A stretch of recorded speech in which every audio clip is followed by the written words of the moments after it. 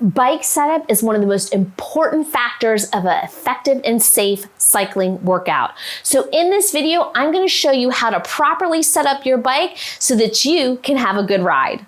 The first step in setting up your bike is to find your saddle height. A saddle that is too low and a saddle that is too high is not good and might lead you to injury. So your first step is to stand next to your saddle. Find your hip bone and then raise your seat up to the height of your hip bone. This will be a great first adjustment before we start fine-tuning it. To fine-tune this saddle height, you need to go ahead and get on your saddle. And then I want you to put your balls of your feet over the center of your pedal. If you have your clip shoes on, feel free to go ahead and clip them in. If you have athletic shoes with no clips in them, put your feet in the cages and make sure that the ball of your feet is over the center of the pedal. The next thing I want you to do is go ahead and put one foot up to 90 degrees and the other foot is down so that the pedal is down in its furthest point. Once you do that, there should be a slight bend in your knee, about a 25 to 35 degree angle for those of you that like numbers, but a slight bend in the knee. If your knee is completely locked out and straight, then your seat is too high. You need to lower it a little bit. If your knee is bent more than that 25 to 35 degrees, your seat is too low. So take the time to adjust as needed. Your next adjustment involves the saddle as well. This time we're talking about the fore and the aft. How far forward should the seat be or how far back should it be? In order to do that, you need to be on your bike at the perfect height. Put your feet either in the clips or in the pedals, making sure that the feet are in the proper position, and then move your legs so that your feet are parallel to the floor in the 3 and the 9 o'clock position. You're going to be doing all of your measurement from your front foot.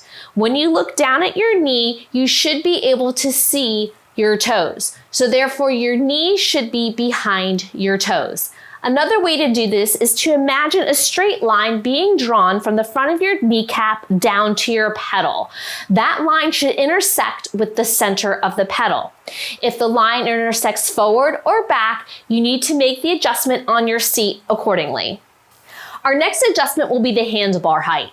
The good thing about the handlebar height is it's basically mostly to your comfort. Now, I strongly recommend all my participants to lift their handlebars as high as they can go. In fact, that is how I ride. We don't have to worry about aerodynamics in the indoor cycling world. And to me, the higher the handlebars are, the easier it is on your back. However, if you like them a little lower and are comfortable that way, that is okay. Just remember that you need a natural extension of the arm and a slight bend in the elbow. If they're too low, you might be reaching and lock out those elbows, which is something that we don't want you to do. So find a position that works for you. Again, I recommend the highest position for ease on the back and just a more enjoyable ride, but choose the level to your comfort. Every bike is different, but some bikes have the ability to adjust the handlebars fore and aft, meaning how far forward you want your handlebars or how far close in you want them. Mine actually does, and I push mine out just a little bit because again, it's to your comfort. And making sure that you have a nice extension of the arms so you're not too close in, but again, that you are not reaching way out. We want to make sure that those shoulders can stay down, slight bend in the elbow, and a natural extension of the arms without rounding through your spine. So you may adjust that however you feel most comfortable. There you have it, how to set up your bike. You know how to get the saddle height so that your knee is slightly bent when you're sitting on the saddle. You know your fore and aft so that your knee stays behind your toe and that imaginary line goes from your kneecap down to the middle of the pedal.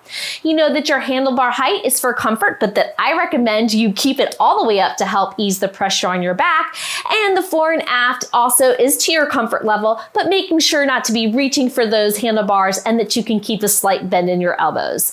So go set up your bike, get ready to press play, and have a great ride.